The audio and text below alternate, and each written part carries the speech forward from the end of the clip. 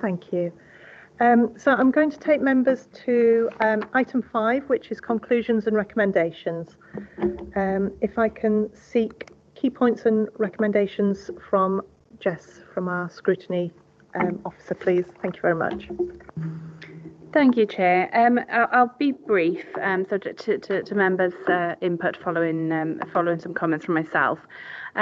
Members had hopefully a good opportunity with a range of partners here today, and it was lovely to see some questions for each of those areas that were able to join us today. So members had a fair amount of questions with regards to the bespoke, or we heard that it was a bespoke IT system, the GOS system that's been introduced.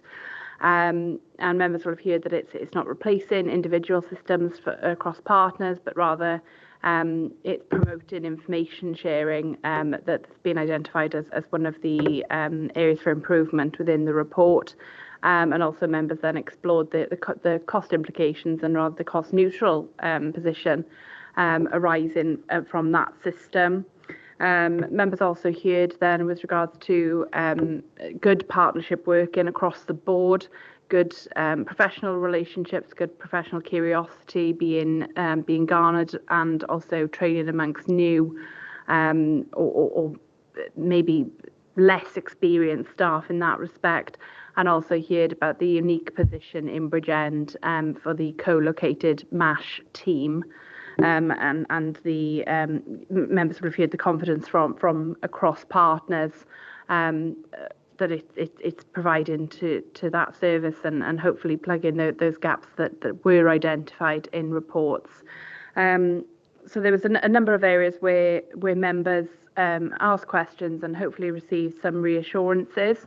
But I would ask whether there are any areas that members feel they didn't receive sufficient reassurances for the areas identified within the report that members may wish to make recommendations on. The only area that I had already picked up was sort of towards the end of the meeting with our education colleagues. There is that lack of mandatory safeguarding training for school governors. And members had asked whether it would assist both the Corporate Director for Education and the Cabinet member who's having those discussions with CSC and the Welsh Government, that we write to Welsh Government to look at what can be done to make that training mandatory. And certainly that's a recommendation if members are content with that one that we can take forward.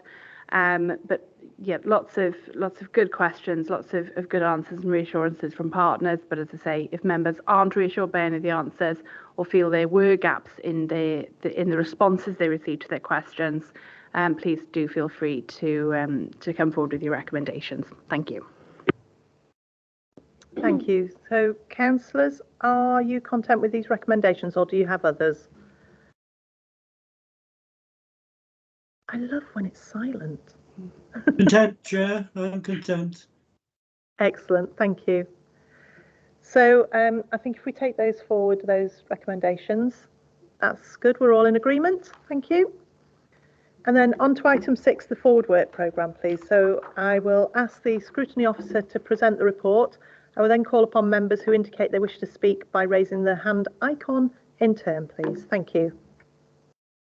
Thank you, Chair. Following on from members' consideration of the forward work programme at the previous meetings, the forward work programme for this committee is attached as Appendix A, and the subject overview and scrutiny committee forward work programmes will be included in the next report to COSC, with any updates from each of those subject committees included. The recommendations monitoring action sheet is attached as Appendix B, which tracks the responses to the committee's recommendations made at previous meetings. In terms of Appendix A, I would just draw members' attention, as the report suggests, to the next upcoming 2 meetings. And that is that we do have an extraordinary meeting that has now been scheduled for the 6th of December, with the item scheduled for that meeting to be the annual report safeguarding of children and adults. And members will see some of the information that has been requested in the scope of that report, as well as invitees that have been requested to join us. And we also have the Learning Disabilities Transformation Plan. Again, the Appendix A will show you a list of items that we've asked to be included in the scope, which have followed on from members' previous requests, as well as, again, invitees that have been invited for that item. We then have the draft MTFS coming to the meeting in January, Friday the 19th of January, and again has a list of invitees there. So the only other item that, and I appreciate, would be the report only asks you to look at the next upcoming 2 meetings, but I would advise that members will have noted that there's 3 substantive items currently scheduled for the meeting in February.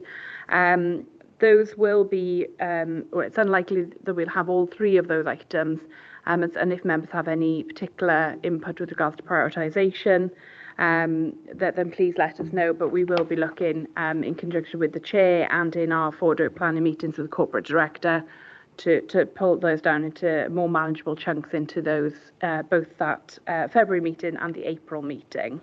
But I'll hand back to you now, Chair, for any questions from members. Thank you. Thank you.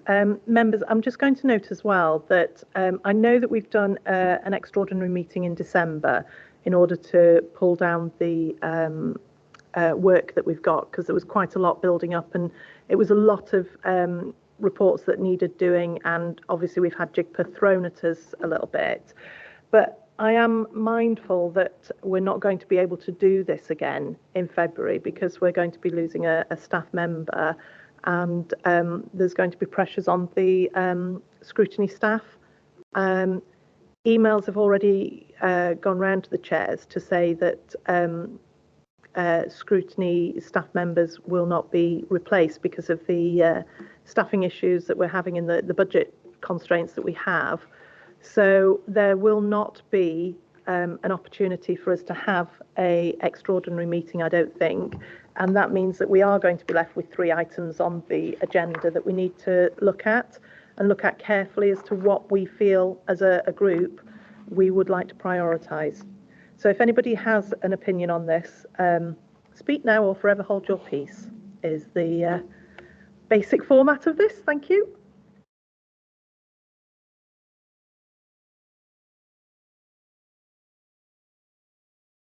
Any opinions? So we've got the strategic commissioning plans. We have got the summary of adult services inspections and the draft adult strategic plan. I don't know if anybody has a preference or order of priority that they wish to see these in. No? In that case, then I will go away with the scrutiny officers and I will look at the priority on those and come back to you, if that's okay. Make a decision on that. Lovely. Thank you. Any other questions on the forward work plan? Oh, sorry, Della, are you speaking there? Oh. Sorry, I can't hear you. Sorry, would you like to go again? Talking to myself, I think I am. I'm just talking to my... No, I was just going to say that like April's is quite full as well, isn't it? So it's very difficult because obviously they are all important. But like you said, it's going to be very difficult to whittle down and decide. But like you said, you know, we just got to do it, haven't we, unfortunately? It is. It's Okay. very difficult. You're right. And you're quite right as well. The child exploitation, I think, is going to be a big report, again, a bit like JIGPA today. So I don't know that we're going to get the chance to put anything else with that, which is unfortunate. So yes, we will take a view and I will come back to you and give you the merry news. Right, thank you. Moving on then to item 7, urgent items. There are no urgent items of business in respect of which notice has been given in accordance with Part 4, Paragraph 4 of the Council Procedure Rules. So with that in mind, I will close this meeting and thank you all very, very much for attending and for your questions. It's much appreciated. Thank you. Thank you, Chair. Bye, all. Take care. Cheers. Diolch yn fawr. Cheers.